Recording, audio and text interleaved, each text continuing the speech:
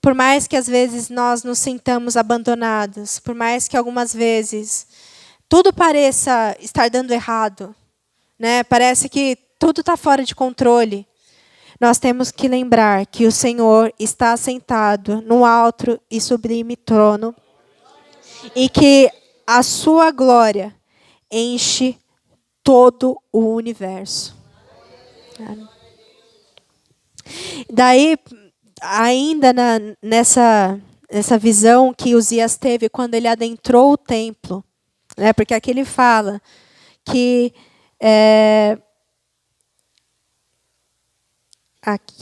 cadê? Todo o templo estava cheio da sua glória, ou seja, ele estava no templo, ele estava na igreja, talvez isolado, talvez sentado, pensando sobre a vida, pensando, e agora? O que vai acontecer? Mas, de repente, aquele templo, que talvez para ele estivesse vazio, não fizesse talvez mais tanto sentido, por que eu estou aqui? Eu estou abandonado, eu estou sozinho. Por que eu venho? Por que eu continuo, sabe? Para que continuar se o mundo é tão ruim, se todos os governantes são tão maus, se a gente vive uma instabilidade tão terrível, se todos se perderam, se todos abandonaram? Por que eu tenho que continuar? E, de repente, ele olhou e ele viu Deus num trono. E é uma imagem confortadora. É uma imagem de poder, de majestade, mostrando que Deus ele ainda estava no controle e sempre estará no controle, independente de todas as situações. E ele fala que à sua volta voavam poderosos serafins. A palavra aqui, na verdade, é abrasadores, anjos que pareciam um fogo. E ele via esses anjos que tinham formato de brasas. E eles voavam, e fala que cada um deles tinha 6 asas, com 2 cobriam o seu rosto, com 2 cobriam os seus pés, e com 2 voavam. Ou seja, eles se escondiam diante da glória e a majestade de Deus. E eles diziam em voz alta uns para os outros: Santo, Santo, Santo é o Senhor, Todo-Poderoso. Toda a terra está cheia da sua glória. Amém. Muitas pessoas elas falam que esse santo, santo, santo é devido à Trindade, né? Já seria uma evidência, né, da Trindade já no Antigo Testamento. Existe aqui realmente um trecho que fala que quem irá por nós. E na verdade isso a gente interpreta realmente assim como façamos o homem à nossa imagem e semelhança. Quem irá por nós?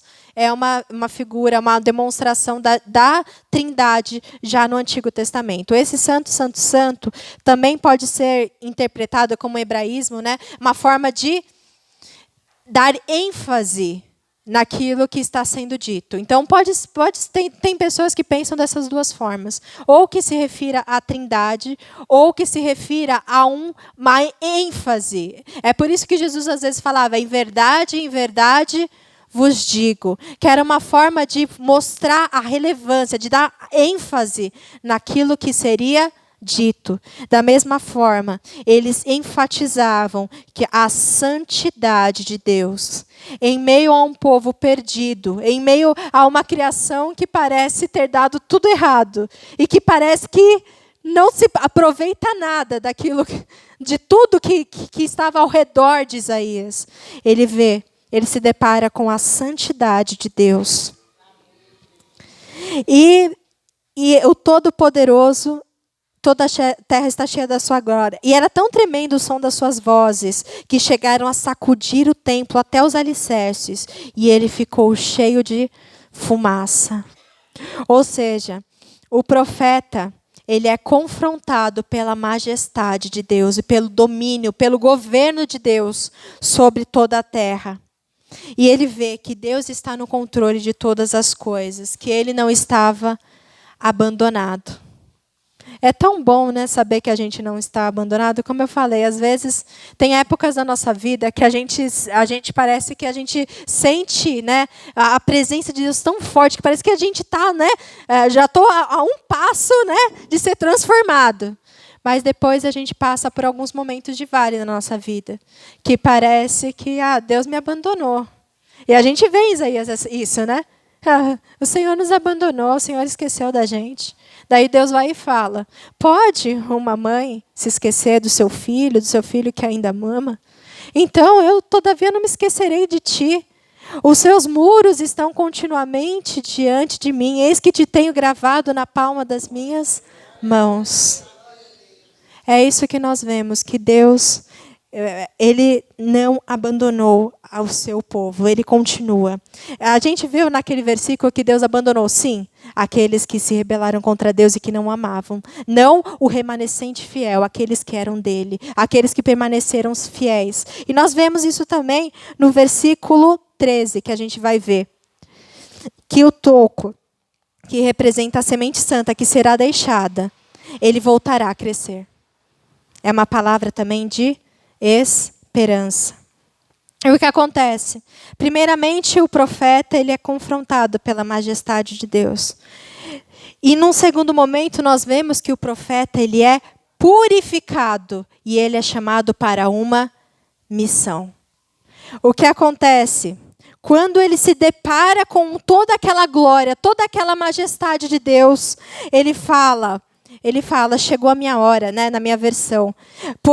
Vou morrer porque eu sou um pecador, eu sou um homem com lábios impuros e vivo no meio de um povo de lábios impuros e os meus olhos viram o Senhor Todo-Poderoso.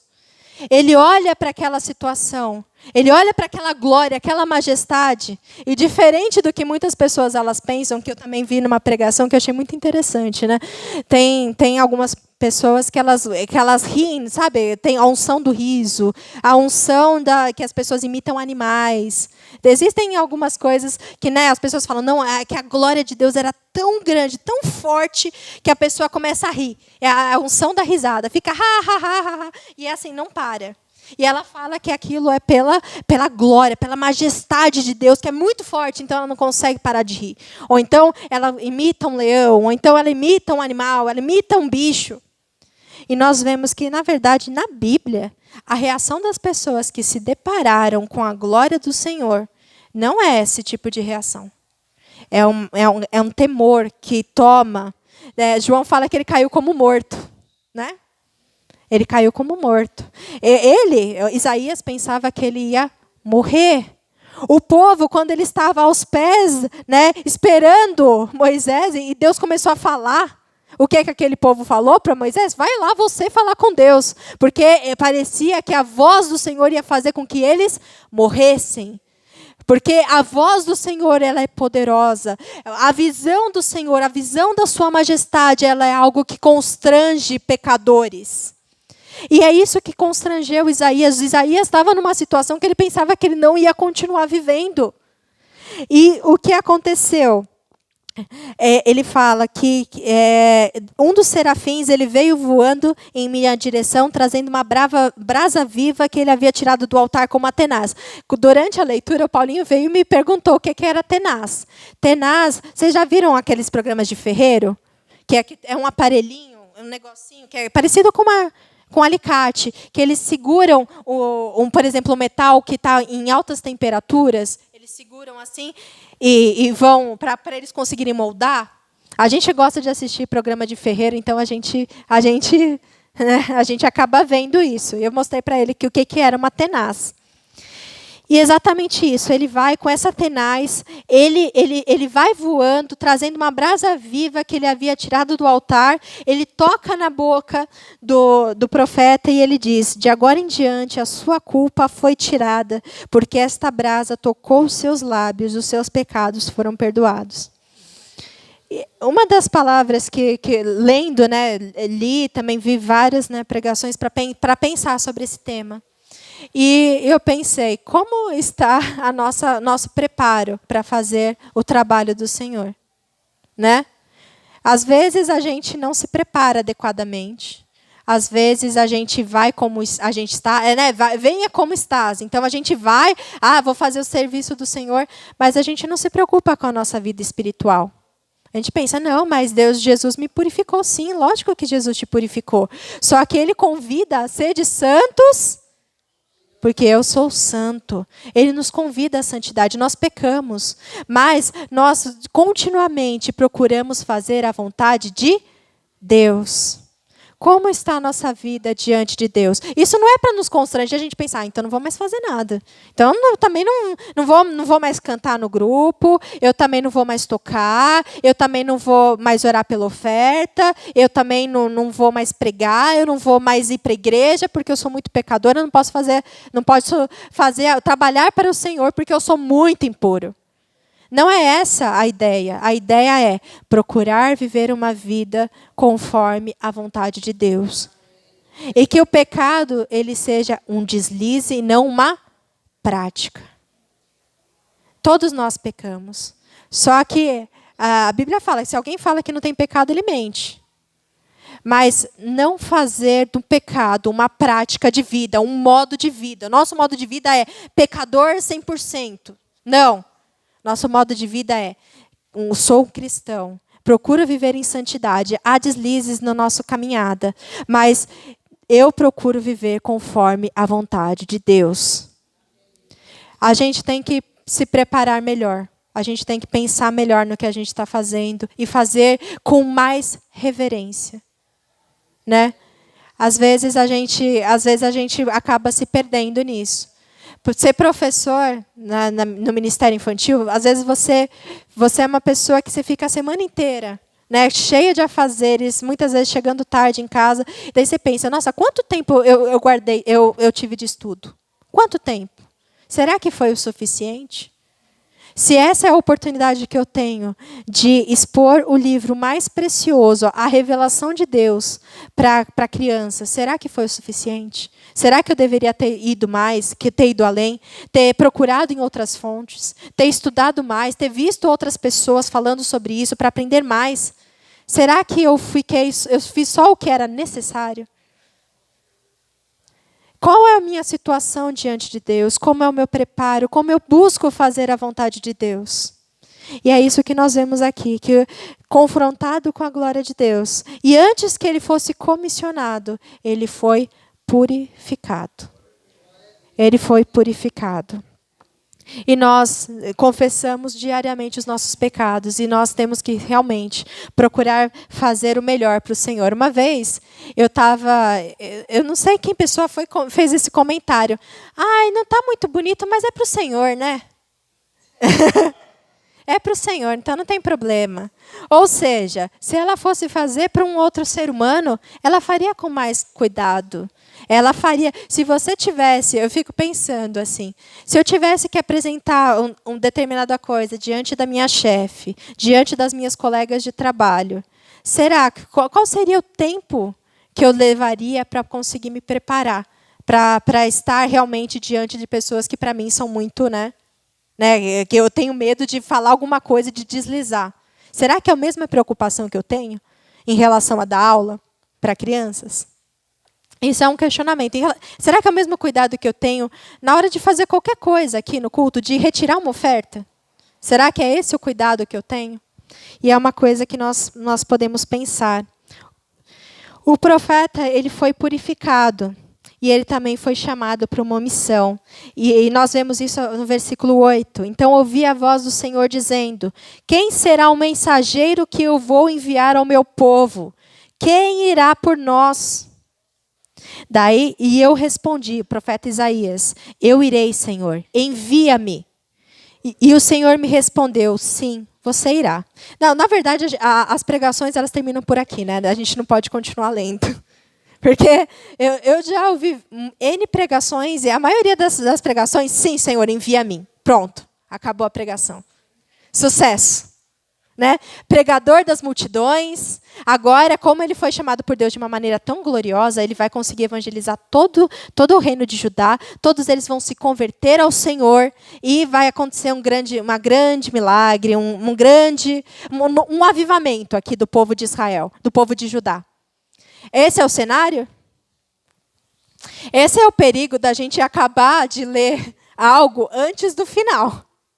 Né? A gente pode, assim, tudo bem, envia-me a mim. Então, sucesso, se vocês fizerem isso, vocês serão pregadores bem-sucedidos. Se vocês tiverem uma grande experiência com Deus, forem purificados, então vocês já podem sair em missão e vocês serão bem-sucedidos, vocês ganharão milhares de almas para o Senhor, todos se converterão dos seus maus caminhos. vai ser um avivamento na terra, acabou, pronto, vamos fechar a Bíblia. Mas não, não acaba no envia. Sim, Senhor, envia a mim. O Senhor, ele continua. E ele fala o seguinte, o Senhor me respondeu, sim, você irá. E esta mensagem que você levará a este povo. Vocês vão ouvir as minhas palavras muitas vezes, mas não vão entendê-las. Vocês vão ver, mas vocês não vão entender. Torne insensível o coração desse povo, tampe os ouvidos, feche os olhos dele. Assim eles não verão com os olhos, não ouvirão com os ouvidos, nem compreenderão com o coração, para que não se voltem para mim e sejam curados. Aquele povo, ele se desviou de Deus. Vocês lembram que eu falei qual é um castigo da idolatria que nós vemos no Salmo 115? Que aquele povo ele se tornaria como os ídolos que eles adoravam. Eles se tornariam insensíveis ao Senhor. Eles se tornariam surdos para a palavra do Senhor. Eles se tornariam cegos.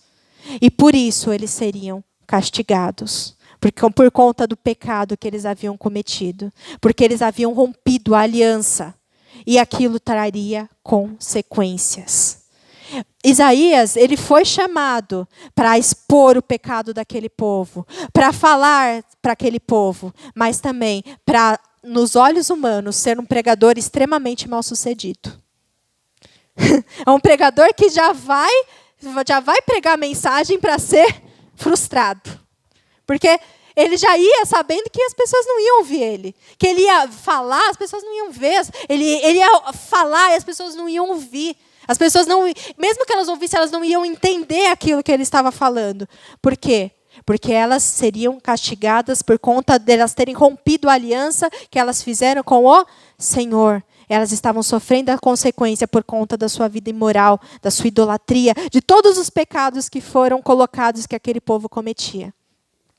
Às vezes a gente pensa que o sucesso, né, de uma pessoa que é pregadora da palavra de Deus é o fato de milhões de pessoas se converterem. Nossa, que pregador! Milhões de pessoas elas se converteram.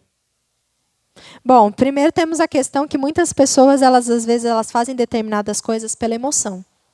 Então as pessoas nem... Às vezes é como aquela semente, que a pessoa recebe numa boa, só que depois vem as dificuldades da vida e se perde. Mas, e também a gente vê essa questão de quantidade. Mas o Senhor, ele procura adoradores que o adorem em espírito e em verdade. Ele procura verdadeiros adoradores. Muitos dizem, a Bíblia fala, né, que chegará aquele dia, uma pessoa vai falando, mas Senhor, em teu nome nós pregamos, nós curamos. Senhor, daí, o que é que o Senhor fala? Afastem-se de mim, eu não os conheço. Ele não conhece essas pessoas. O sucesso de um pregador não está na quantidade de pessoas que ele faz com que levantem a mão. Até porque, né, para ter pela primeira vez a experiência. Os irmãos podem levantar a mão?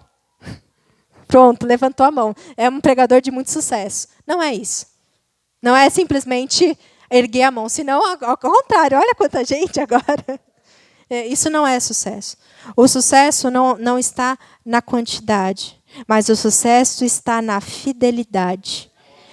Em falar aquilo que o Senhor quer que você fale, mesmo que isso seja tremendamente mal recebido, mesmo que isso gere revolta, mesmo que isso faça com que você seja odiado pelo mundo.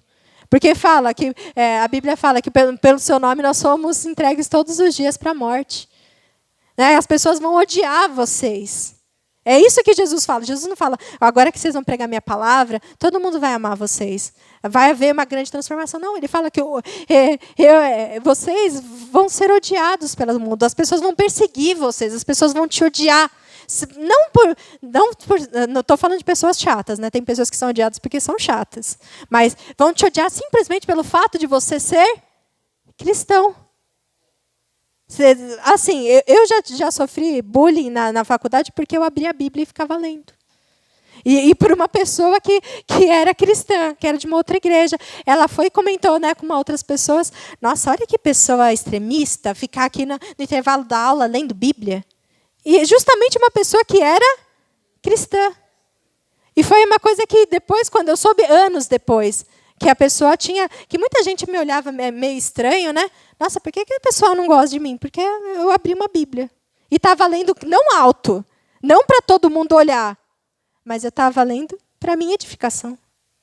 Porque eu estava lendo, assim, para mim.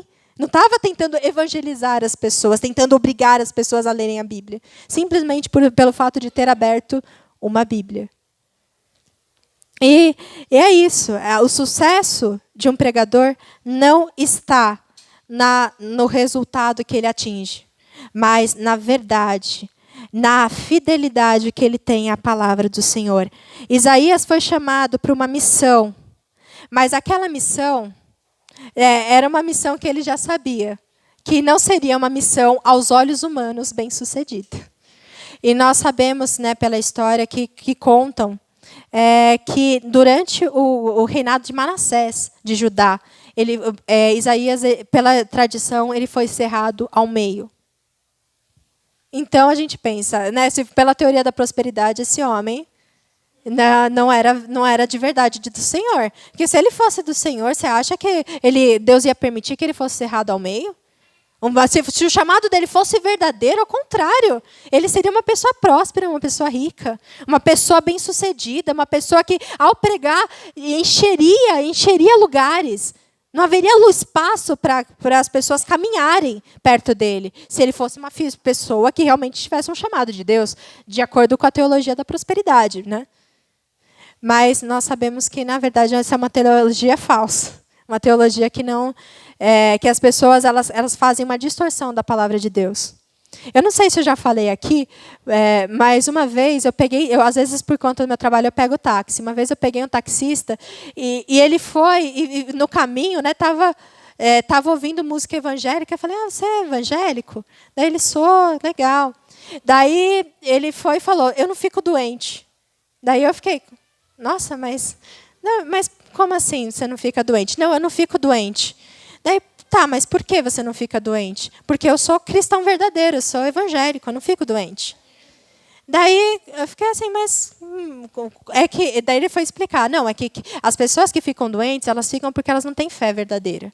Porque se a pessoa tivesse uma fé verdadeira, o poder de Deus, a pessoa não fica doente. Assim que você vê a fé de uma pessoa, se a pessoa fica doente é porque ela caiu na fé.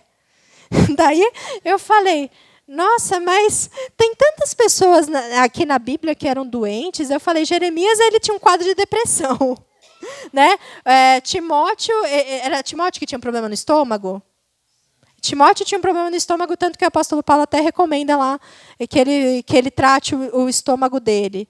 Tantas pessoas ficaram doentes na Bíblia. E ele fala, e tantas pessoas foram mortas, passaram por situações tão terríveis. Como assim? Daí, quando eu falei, ele começou a ficar exaltado. Daí começou a brigar e gritar. Daí eu fiquei caladinha, deixei ele gritando. Eu fiquei com medo. Fiquei com medo porque a pessoa às vezes ela é tirada do prumo, né? E ele saiu totalmente do prumo naquela situação. Pelo menos um argumento. Tomara que depois de passar o momento de estresse, de raiva, ele reflita sobre isso e procure exemplos na Bíblia de pessoas que ficaram doentes. Depois ele ficou doente, daí ele viu que ele deu um deslize na fé. Como a pessoa às vezes fica doente uma vez por ano. O estresse é doença, realmente.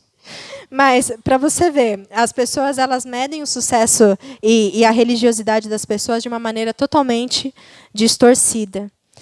O Isaías foi chamado para uma missão, mas uma missão que ele sabia que não daria muitos frutos. Não aos olhos humanos, não daria muitos frutos.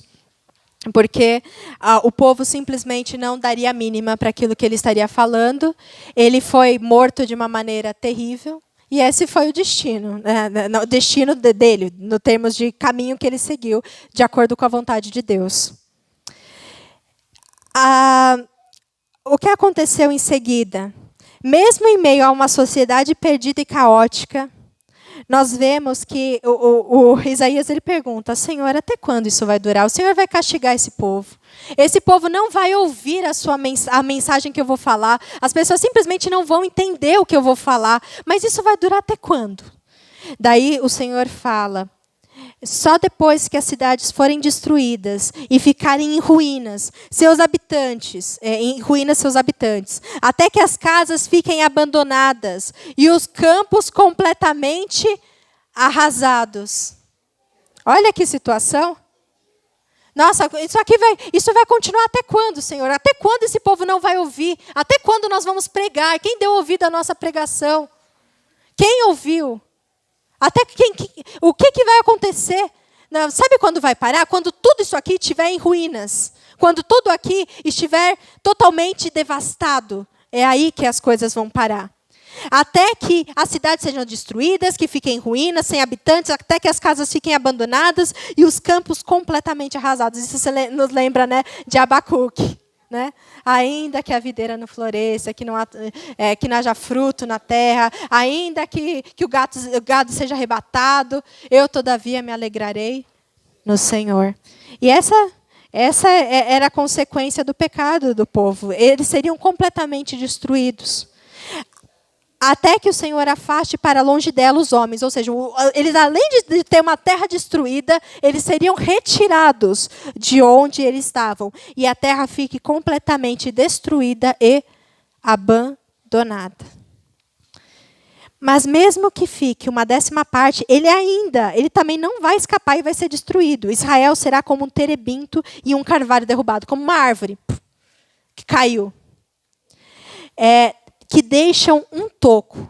E esse toco representa a santa semente que voltará a crescer. Aquele povo, ele seria alvo do juízo de Deus. Ele seria alvo daquilo que foi estabelecido na aliança. Que caso eles rompessem, eles seriam retirados da terra que eles haviam recebido do Senhor. Mas ainda restaria um toco. Isso aí, na verdade, existem várias interpretações. Mas eu vou naquela que eu entendo. Que essa semente que voltará a crescer, primeiro, é o remanescente fiel. Eu entendo que seja dessa forma, e eu faço uma alusão até com a situação de Elias. Às vezes eu confundo Elias com Eliseu, tá? Então, se eu falei Elias e era Eliseu, Elias na caverna. Elias. Ele simplesmente, a terra foi devastada, ele estava sendo perseguido, homens de Deus haviam sido mortos, e ele se sentia abandonado. Né? E ele se sentiu abandonado, mas o Senhor, ele falou de algumas pessoas para ele, no momento que ele estava se sentindo completamente sozinho, que não haviam se dobrado, que não haviam desobedecido ao Senhor e que haviam permanecido fiéis. Pessoas que, mesmo em meio a uma sociedade perdida, que mesmo estando naquela situação terrível, né, daquela mulher Jezabel, de seu marido, perseguindo o profeta, matando os profetas de Deus, havia um remanescente fiel. Pessoas que não se curvaram diante de toda aquela situação terrível. E nós somos esse remanescente, nós somos a igreja invisível. A igreja invisível do Senhor. Porque às vezes existem igrejas cheias, existem igrejas lotadas, existem igrejas que na verdade são estádios. Tem uma igreja que minha amiga foi quando ela foi para a Austrália, que é bem famosa, chamada Hillsong. Tem várias músicas do Hillsong que todo mundo canta. E lá é um estádio onde é a igreja, porque são tantas pessoas. E tem igrejas, na verdade, eu lembro que eu ia numa igreja com a minha avó quando eu era criança. Não minha avó que vem aqui na igreja, a mãe do meu pai, que ela tinha vários horários. Tinha culto das 9 às 10, das 10 às 11, das 11 ao meio-dia, tinha culto das 3. Você podia escolher em qual horário você ia para o culto, porque a igreja era tão cheia de pessoas que não daria para todo mundo ir no mesmo horário. Então, daí você escolhia qual dos horários de culto você ia. E engraçado, você chegava lá e a igreja tinha bastante pessoas. Mesmo eles fazendo múltiplos cultos para atender todo mundo. Era uma igreja absolutamente lotada. E aquela coisa, mas quanto será daquela igreja que faz parte realmente da igreja invisível? Da igreja de Deus, da igreja verdadeira, daqueles que não se dobram diante do pecado, daqueles que permanecem fiéis mesmo em meio a situações adversas, mesmo em meio a poderes políticos, a situações morais terríveis que tentam arrastar a sociedade como um todo. Quem são essas pessoas? Né, que às vezes meu pai fala, quem são esses de branco? Né? Quem são essas pessoas? Somos nós. Eu espero que sejamos cada um de nós, a igreja invisível, a igreja verdadeira, aquela que, mesmo que a terra seja assolada, nós sabemos que nós temos uma esperança. E esse é o final. Esse é o final. É uma palavra de esperança que Isaías ele recebeu. Até quando, Senhor? Não se preocupe. Restará um toco que representa a santa semente que voltará a crescer. Amém? Glória a Deus. Bom, irmãos, eu já passei muito do horário. Meu pai fez assim para mim, mostrando o relógio. Então, nossa, 12:20, mil desculpas. Eu louvo a Deus, agradeço a Deus e eu passo a palavra para a direção da igreja.